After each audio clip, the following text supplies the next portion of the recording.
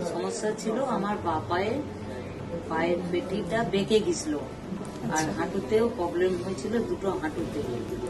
তা ভালো করে চলতে পারতাম না, একটু বেশি হাঁটলেই শরীর খারাপ করতো। এটা প্রায় 15 বছর হবে। এখন অনেক ভালো আছি, আমি ভালো হাঁটতে পারি, আর কোনো অসুবিধা হয় না, হাঁপিয়েও যাই না, মানে আগের থেকে অনেক আমি ভালো আছি।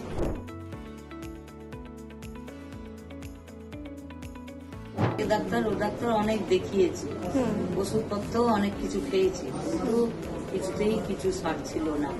সেই একটু হাঁটার পরই হাঁপিয়ে যেতাম, আর হাঁটতে পারতাম না, পা টন করতো। সিদ্ধার্থ গুপ্তা নামে ডাক্তারবাবু আছে, হাড়ের ডাক্তার, হাঁটু করেন। ওনাকে তুই কাকিমাকে নিয়ে যে দেখা, ও বললো যে হাঁটু, মায়ের হাঁটু করতে হবে, মানে অপারেশন রিপ্লেসমেন্ট করতে হবে। খুবই ভালো।